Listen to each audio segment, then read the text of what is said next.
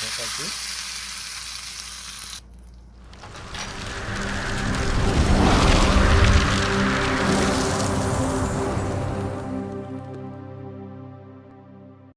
அனைவருக்கும் வணக்கம்.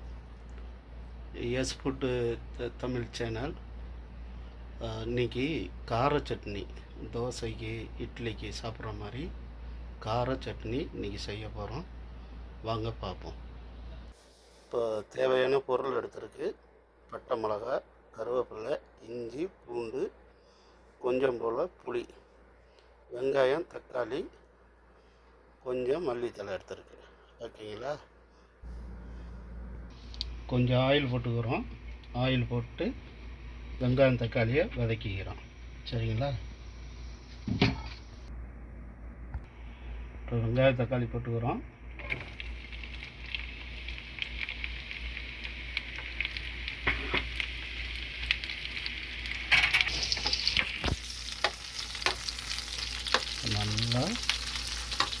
நல்லா வதக்கிக்கணும்.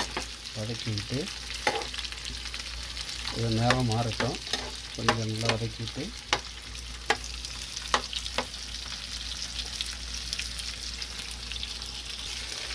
இப்போ கொஞ்சம் ஒரு 6 பட்டை மிளகா போட்டுக்கிறோம். பட்டை மிளகா போட்டு நல்லா வதக்கி விடணும். இந்த சட்னிக்கு கலர் கொடுக்குறதே பட்டை மிளகா தான். பட்டை மிளகா போட்டுட்டோம். அடுத்தது இதில் இஞ்சி பூண்டு சேர்க்குறோம்.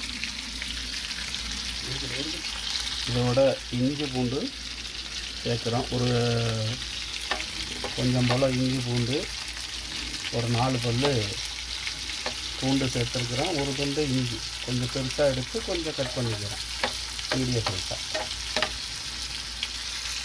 ஸோ ஒரு துண்டு புளி போட்டுக்கிறோம். சின்னதாக ஒரு சிட்டிக்கு புளி வேணும். புளியை போட்டு நல்லா வதக்கி விடலாம். கொஞ்சம் நல்லா மசிட்டோம்.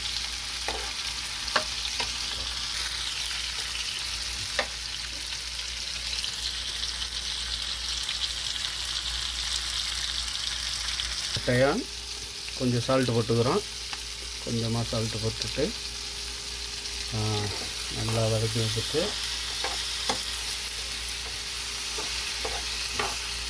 கொத்தமல்லி போட்டுக்கிறோம். அதில் கொஞ்சம் கொத்தமல்லி சேர்த்துட்டு இறக்குறோம். லைட்டாக கொத்தமல்லி போட்டுக்கிறோம். கொத்தமல்லி போட்டு ஒரு பெரட்டை பெரட்டி வச்சுட்டு அப்புறம் நம்ம அரைச்சிக்கிறோம். ஓகேங்களா?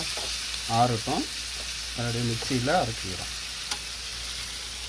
ஓகே, இப்போ நல்லா ஆறிட்டு இப்போ சட்னி அரைச்சாச்சு. இப்போ ஒரு தாளிப்பை போட்டுக்குவோம். கொஞ்சம் ஆயில் போட்டுக்கிறோம். சட்னி தாளிக்க கொஞ்சம் ஆயில் போட்டு செய்ய கடுகு போட்டுக்கிறோம்.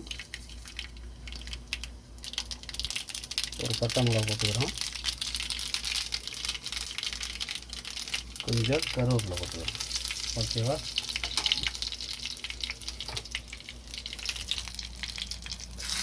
தாளிப்பு போட்டாச்சு.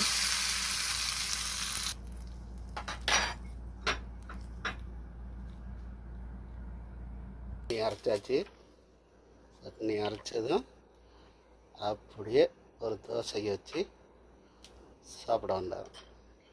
பிடிச்சுங்க, ஷேர் பண்ணுங்கள். உன் ஃப்ரெண்டுக்கு கொஞ்சம் ஷேர் பண்ணி விடுங்க. ஆனால் என் நேம் சேகர். ஆனால் கார சட்னி ரொம்ப டேஸ்டான சட்னி பார்த்துருப்பீங்க. பிடிச்சிருந்தா கொஞ்சம் ஷேர் பண்ணுங்கள், கொஞ்சம் சப்போர்ட் பண்ணுங்கள். நன்றி, வணக்கம்.